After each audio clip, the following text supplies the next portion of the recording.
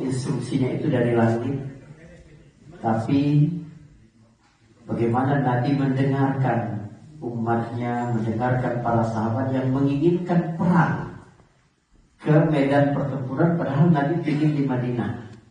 Padahal Nabi sudah mimpi ada sapi yang disembelih dan ada pedangnya yang gompel, yang kena takik, rusak bagian pedangnya. Dan itu Nabi memahaminya sebagai pedangnya yang bertakik itu berarti ada keluarganya yang bakal meninggal dunia, sementara sapi yang disembelih berarti ada musibah yang akan menimpa kaum muslimin. Tapi karena para sahabat sangat bersemangat mengajak Nabi untuk keluar, Nabi pun keluar. Tetapi di tengah jalan orang-orang munafik kemudian membelot. Dari 1000 orang yang keluar dari Madinah, 300-nya membelot balik ke Madinah. Ini pelajaran penting banget tentang kebersamaan, baik oleh pengurus masjid dan pengurus info, juga bagi kita jamaah biasa. Bagi pengurus harus dengar kata-kata, aspirasi, kebutuhan dari para jamaah. Sebab kita bukan nabi. Kita gak dapat wahyu, belum tentu pandangan kita selalu benar. Ada salahnya karena tidak maksum. Sebaliknya bagi para jamaah juga, jangan betul-betul aja. Wajib taat kepada pengurus selagi mereka tidak bermaksiat kepada Allah Subhanahu wa taala. Jadi ini tentang kita. Saya menyampaikan ceramah bukan untuk nyerang orang lain, tapi untuk diri sendiri. Anda kalau ada gak cocok dengan pengurus, tiba-tiba gak ke masjid lagi, gak negur orang lagi, itu dengar tuh mungkin. Benar, saya ngomong ini ikhlas, tidak ada kepentingan apa-apa. Tidak ada kepentingan apa-apa. Ya, jadi sama-sama kita. Karena saya khawatir banget, ini wakafnya besar nilainya. Kalau kemudian masjid semakin sepi, jamaah tidak padu, yang rugi siapa? Kita. Kita gunakan ini sebagai instrumen persaudaraan kita, tawasi bil haq, tawasi bis sabar kita, amar ma'ruf nahi munkar kita. Sama-sama bagaimana kita menjaga ini dengan baik.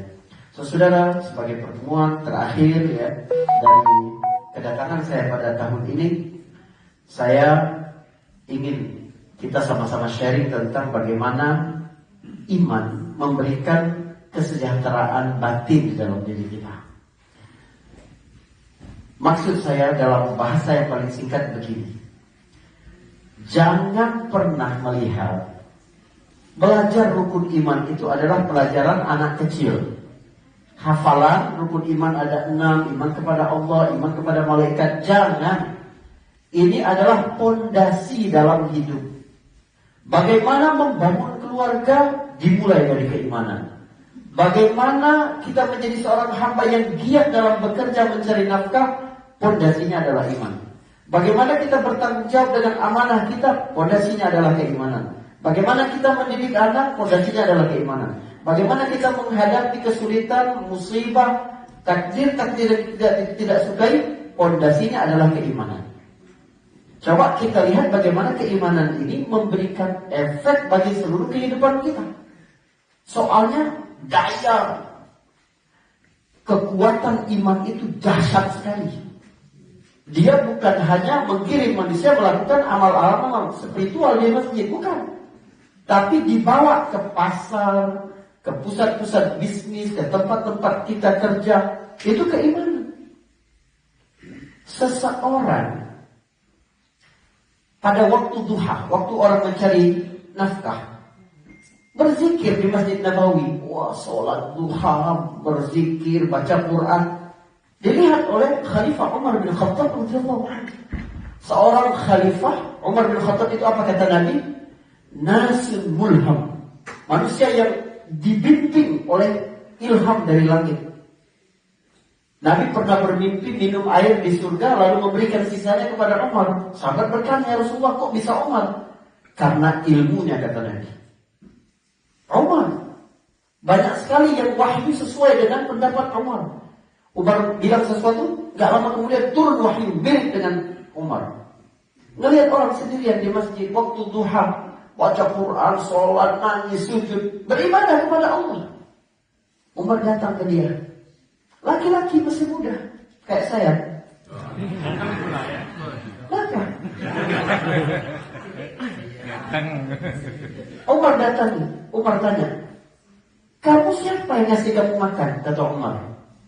Terkejut laki-laki itu.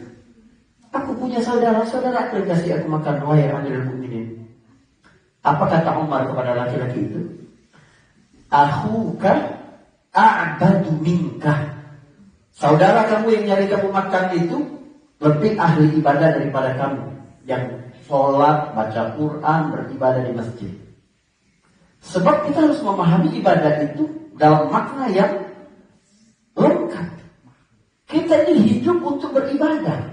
Artinya kamu kerja itu ibadah, kamu berorganisasi itu ibadah, kamu gotong royong untuk masjid At-Tahir itu ibadah, kamu ngopi itu ibadah.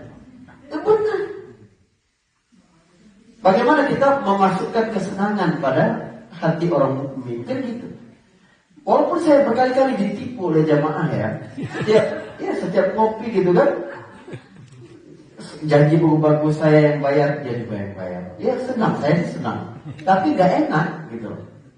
Nah, tapi itu kan niat ibadah. Pokoknya apapun yang kita lakukan, nilai ibadah. Jadi begitulah keimanan itu, seperti apa yang digambarkan oleh Allah SWT, seperti pohon kasyajaratin thayyibatin. Alam tara anna Allah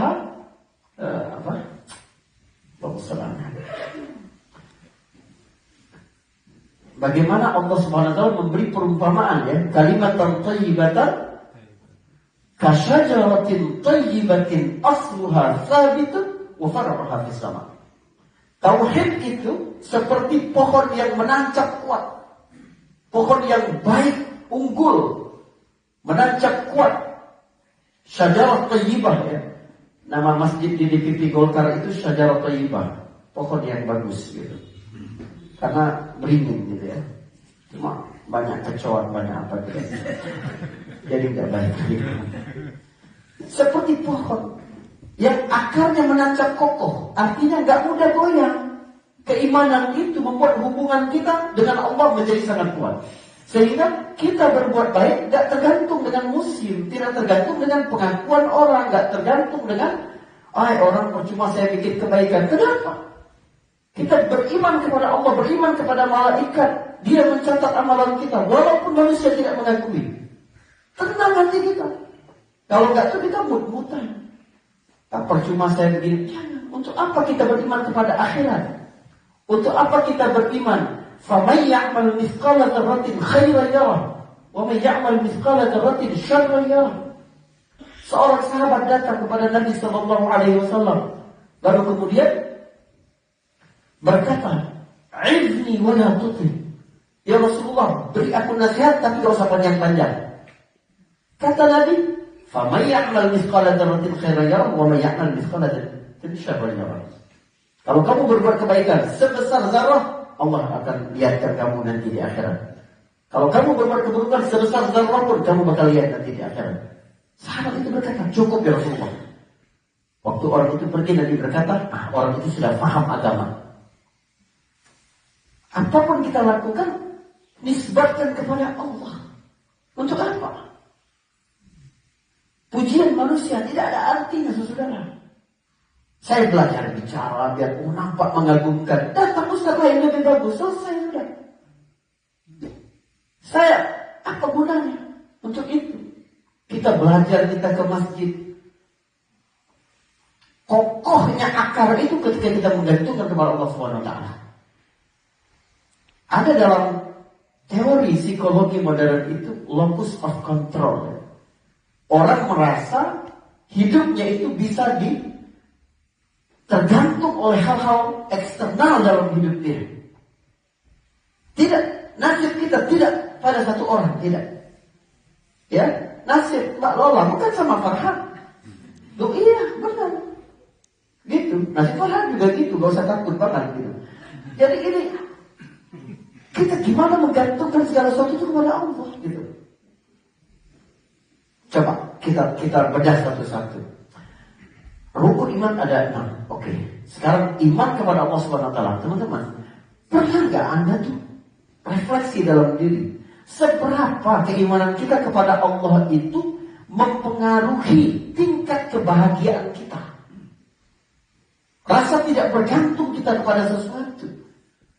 Ketika Anda beriman kepada Allah Subhanahu wa taala, Anda sadar bahwa segala sesuatu itu di tangan Allah.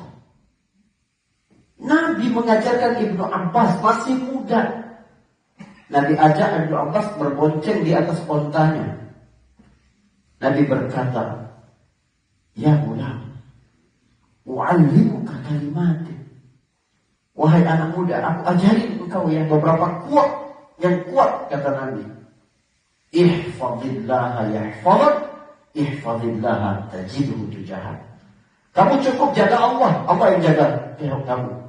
Cukup jaga Allah, Allah akan selalu ada di depanmu. Ini kuat sekali. Kita itu panik karena kita merasa kita harus menghadapi banyak hal.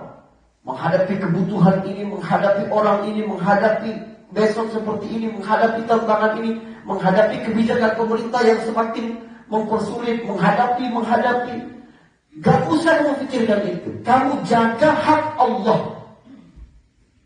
Apa itu? Kewajiban dari Allah kita kerjakan. Allah perintahkan kita sholat 5 waktu, kita sholat 5 waktu.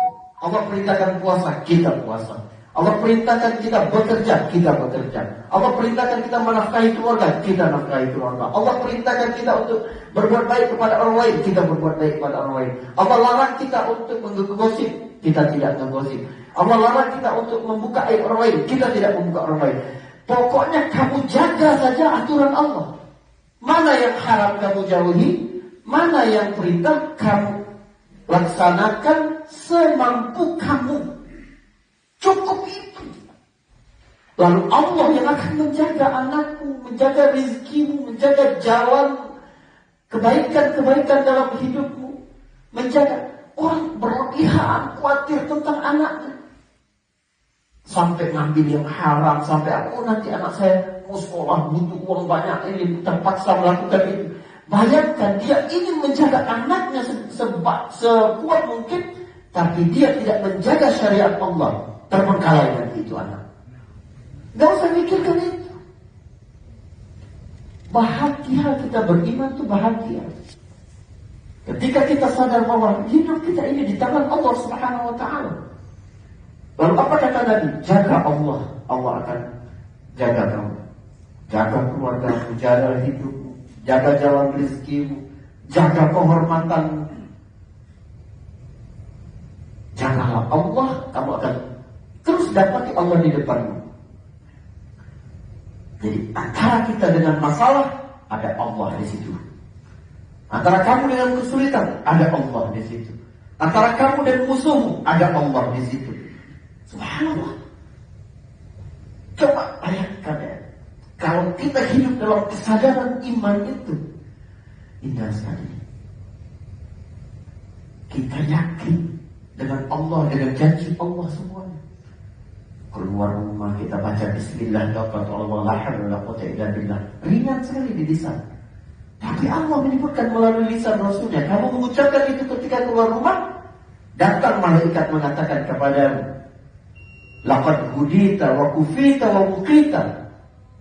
Kamu sudah dapat hidayah, kamu sudah dicukupkan, kamu juga dilindungi oleh Allah Subhanahu wa taala. Setan lari, kata setan, ngapain kita dekat dia? Oh, dia selalu dalam petunjuk Allah. Dia selalu dilindungi oleh Allah dan dicukupkan kebutuhannya oleh Allah Subhanahu wa taala. Itu subhanallah. Maka lihat, orang yang yakin dengan teori ini, dengan janji ini, Nabi lanjutkan, idza sa'alta fas'alillah wa idza ista'anta fasta'in billah. Kalau kamu minta, minta sama Allah.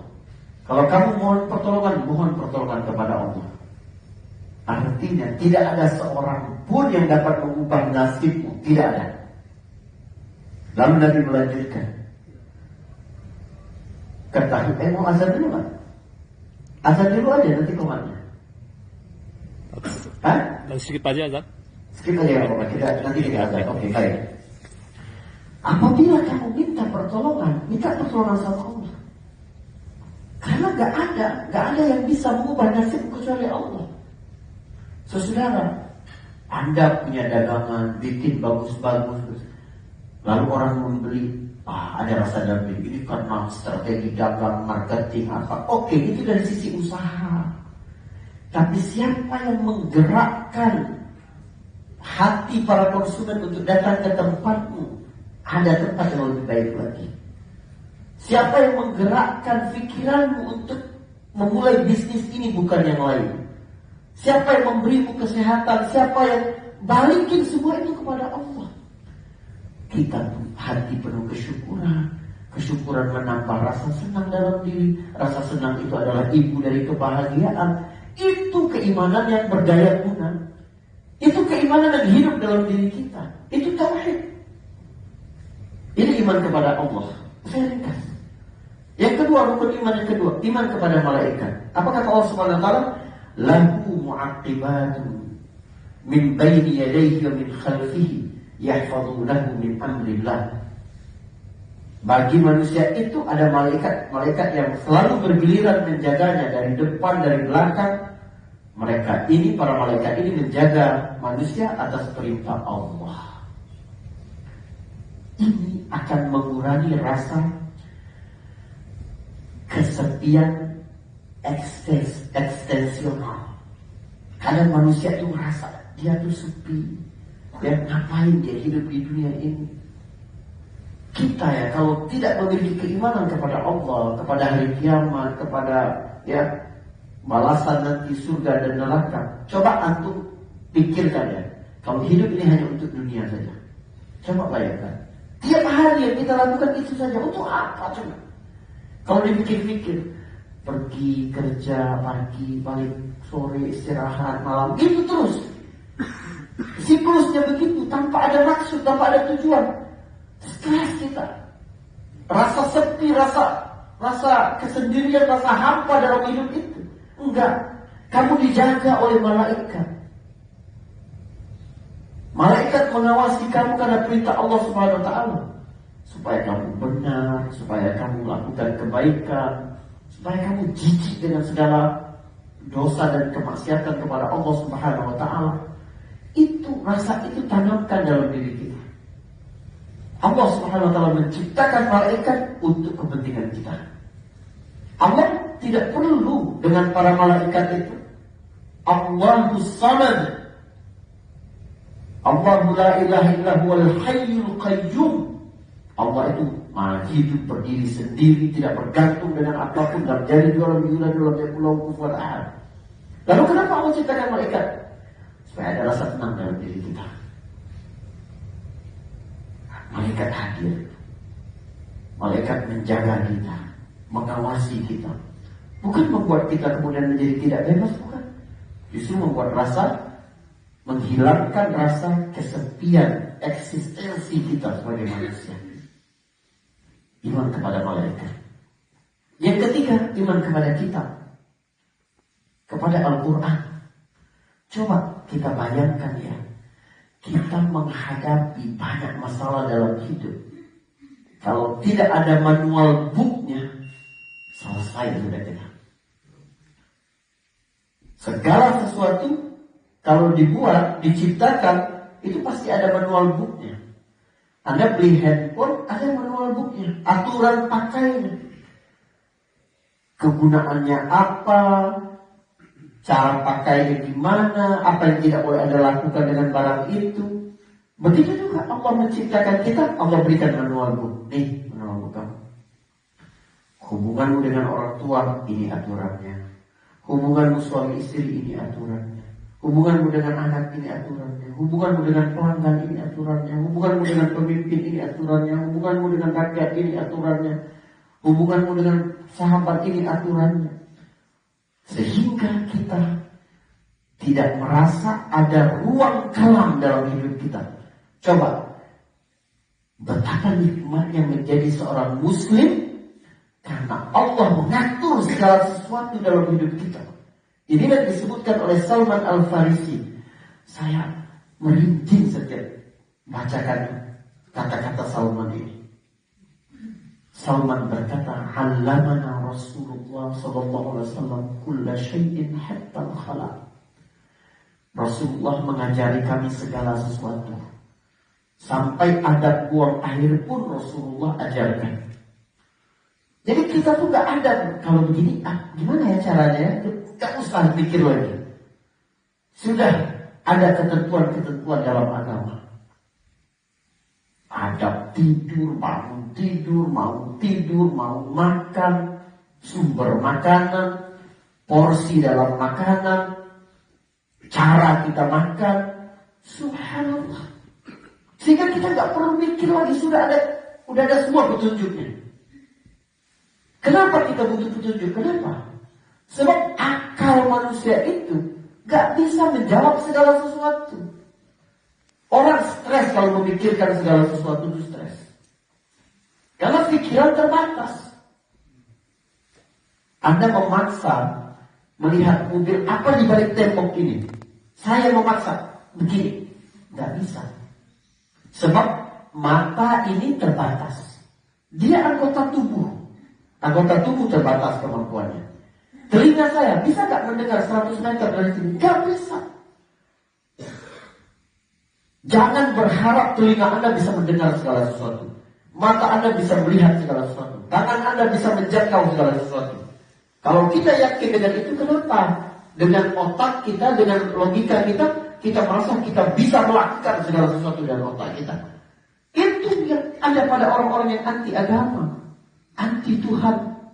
Merasa bahwa akal mereka bisa melakukan segala sesuatu. Nggak bisa. Akal adalah kerja otak, otak adalah organ tubuh, maka dia terbatas kemampuannya. Melihat adalah kerja mata, mata adalah organ tubuh, maka dia terbatas kemampuannya. Mendengar adalah kerja telinga, telinga adalah anggota tubuh, maka terbatas kemampuannya. Melangkah adalah kerja kaki, kaki adalah anggota tubuh, maka terbatas kemampuan kaki kita, kemampuan tangan kita. Kita yakin itu. Tapi giliran akal, wah, ada masalah. Mikir terus. Lupa minta petunjuk sama Allah. Lupa istikharah. Lupa salat hajat. Lupa berdoa. Sulit hidup kita begitu. Allah tunjukkan kita, berikan petunjuk lengkap Quran dan penjelasannya melalui hadis Nabi Sallallahu Alaihi Wasallam. Apapun, adab kepada hewan, bagaimana menjaga lingkungan. Agama kita ini mengurus mulai dari hubungan suami istri di atas tempat tidur, mohon maaf, sampai hubungan antar negara, hubungan internasional, diurus oleh agama. Kurang manja apa kita? Dan Allah memberikan itu untuk kebahagiaan kita. Itu yang disampaikan oleh Imam Syafi'i. Seluruh syariat itu untuk kemaslahatan hamba, bukan untuk menyusahkan kita. Sholat itu bukan untuk menyusahkan kita. Puasa bukan untuk menyusahkan kita. Puasa yang kita ngerasa lapar, haus, harus nahan marah pula, sebel sama teman. Tapi apa kata Allah? Yuridullahu bikumul yusra wala yuridu bikumul usra. Syariat puasa memudahkan kamu. Kalau kamu dapat menjaga emosimu, kamu berdaulat atas dirimu sendiri, kamu tidak menjadi budak hawa nafsu, hidupmu yang bakal bahagia, hidupmu bakal senang, masa depanmu menjadi bahagia. Makanya anak-anak kita diajarkan bagaimana tidak mendapatkan segala sesuatu yang mereka inginkan. Itu pelajaran dari puasa. Sehingga mereka jadi tangguh nanti ketika mereka dewasa. Dia tahu apa yang dia inginkan tidak harus langsung ada. Kadang harus ditunda, kadang harus diganti Kadang harus ridho bahwa dia tidak bakal kita dapatkan. Tenangkan kita. Iman kepada Alkitab, Quran. Yang keempat apa? Iman kepada para rasul. Lihat, Allah mengutus Nabi SAW untuk jadi uswah hasanah bagi kita. Kita merasa ada yang membimbing kita. Quran ini Anda baca, bisa saja Anda berkata, ini mah teori, gak bisa dilaksanakan dalam kehidupan modern. Bisa. Ada contohnya. Contoh nyata dari kehidupan manusia adalah Rasul SAW. Jadi kita kalau baca Quran ya, Anda baca Innallaha ma'as sabirin, sesungguhnya Allah bersama orang-orang sabar. Anda gak ngerti itu, saya yakin. Kok bisa Allah bersama orang sabar, Ustaz? Kita kalau sabar, proyeknya lepas. Kita kalau sabar, diambil orang lain. Kita kalau sabar, iya kan? Tapi Allah utus Nabi SAW mengajarkan kita, ini bentuk kebersamaan Allah kalau kita sabar. Baca tuh kehidupan Nabi. Jadi ketika kita diuji pun kita merasa bahwa ini bentuk sayang Allah kepada kita. Karena Allah sebutkan asyaddul bala al-anbiya. Asyaddun nasi bala'an al-anbiya. Manusia yang paling berat cobaannya para nabi. Summal amsal fal amsal. Setelah itu, yang agamanya paling kuat. Setelah itu level. Seseorang yang kuat agamanya akan diuji oleh Allah. Dengan ujian yang semakin kuat agama, semakin kuat ujian. Tapi kalau agama seseorang susu gitu, maka ujiannya juga akan biasa saja. Dari kisah Nabi Nuh alaihissalam kita beriman kepada Nabi terdahulu. Nabi Nuh alaihissalam bagaimana 1000 tahun berdakwah, 950 tahun. Pada akhirnya pertolongan Allah akan datang. Dari kisah Nabi Yunus alaihissalam, dari kisah Nabi Musa, dari kisah Nabi Saleh, dari kisah Nabi Lut alaihissalam, semuanya coba bayangkan. Ini keimanan kepada Nabi, bukan cuma dongeng untuk pengantar tidur, bukan. Saudara, mohon Pak, berdaya gunakan keimanan dalam diri kita itu. Lalu yang kelima adalah iman kepada hari akhir, hari akhirat. Apa kata Nabi? Al-kayyisu man dana nafsahu wa 'amila bima ba'dal maut, wal 'ajizu man ittaba'a nafsahu hawaha wa tamanna 'ala Allahil amani. Orang yang cerdas itu orang yang menghisap dirinya dan beramal untuk akhiratnya, untuk kehidupan setelah matinya. Sedangkan orang yang lemah adalah orang yang mengikuti hawa nafsunya tapi berangan-angan Allah bakal kasih dia begini, bakal kasih dia begitu. Akhirat ini membuat kita lurus, Pak, Ibu. Kalau nggak percaya dengan akhirat, ketika kita memiliki kekuatan, kita mau zalim sama orang lain. Ketika kita memiliki ujian, tertekan, tidak memiliki kekuatan, kita putus asa. Tapi kalau kita beriman kepada akhirat, tertusuk jarum pentul saja, istri salah naruh di sofa, tertusuk jarum pentul, kegugur dosa, menyelamatkan kita dari api neraka. Jadi jangan marah kalau istri naruh jarum pentul sembarangan gitu ya. Tapi istri jangan begitu juga lah, kasihan suami. Itu akhirnya Anda menjadi tenang kalau beriman kepada akhirat itu. Ketika Anda memberi, orang lain gak tahu, gak masalah, gak bakal hilang di akhirat. Anda akan dapatkan.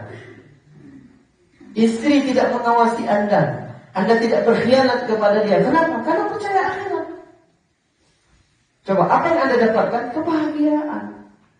Bahagia kita kalau setia itu bahagia. Sayang bahagia. Memberikan kebaikan lembut kepada pasangan bahagia. Dan itu kita lakukan karena kita percaya dengan akhirat. Allah akan balas itu. Kita nyuapin makanan ke mulut istri, itu dapat pahala nanti di akhirat.